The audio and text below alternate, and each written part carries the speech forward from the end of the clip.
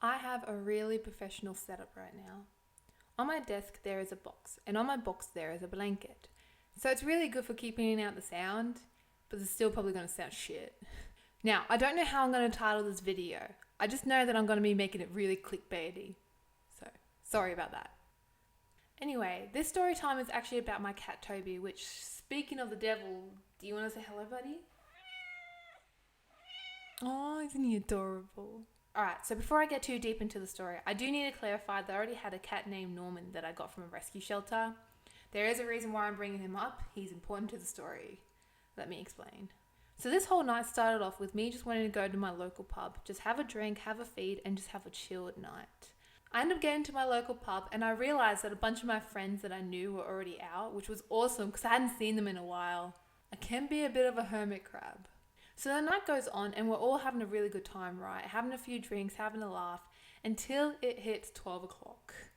Because that's when the local pub would close. At the time, I lived in a really small area, so things would close really early, unfortunately.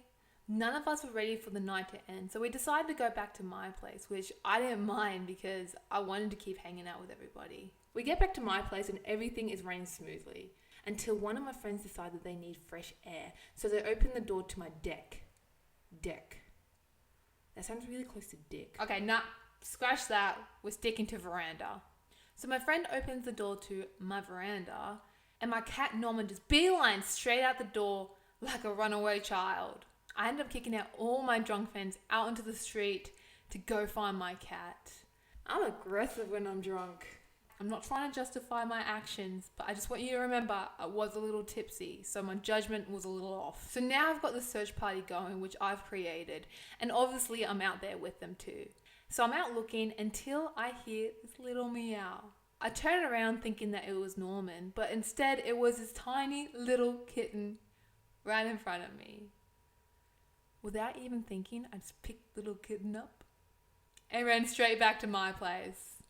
Again, I need to clarify, I wasn't making the greatest decisions that night. Alright, so this part I do feel really bad about because I do remember chucking the little kitten into my house so I could close the door really quickly so he wouldn't be able to leave. That's not a good thing to admit to. So eventually one of my friends do end up finding Norman, so they all come back inside. But when they come back inside, they realize there's not just one cat in my house. There's two. So one of my friends approached me and he was like, "What is that?" "It's a cat." I can see it's a cat, but why is it in your house? "We were looking for a cat, and here's a cat."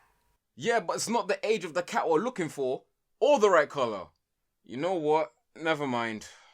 So the next day I wake up with a huge headache. Do not drink, kids.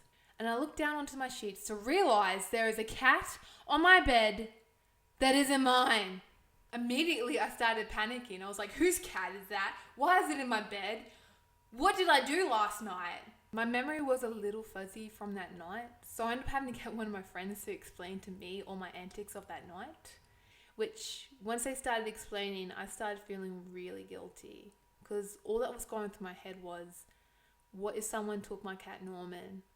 I'd be absolutely heartbroken and crushed, like he is my absolute world. And to think that I would inflict that type of pain onto someone else just gutted me, and there was no way I could inflict that type of pain onto someone. I really did do my best to try and find the owner to this kitten, but eventually everyone and even myself came to the conclusion that he was abandoned, which I just can't imagine doing because he is one of the most sweetest souls I've ever met and he is just a beautiful cat. So I ended up coming forth and making the decision to claim him as my own. I ended up taking him to the vet, getting him chipped under my name, and I named him Toby. He's been my cat ever since. So yeah, that's how I ended up getting a second cat. And I am so happy that he is in my life, and so is Norman, because him and Norman are the most closest of friends. Scratch that, they're not friends, they're literally brothers, and they are absolutely adorable together. If you made it this far, thank you so much for watching until the end of the video. I really do appreciate it. And I want to say thank you to Marcus for collabing with me in this video. I appreciate it, dude. I'll link his channel down below. Please go and check him out because he is funny as fuck. Anyway, thank you so much for watching. Let me know if you guys want to see more content like this on my channel, and I will see you later. Bye.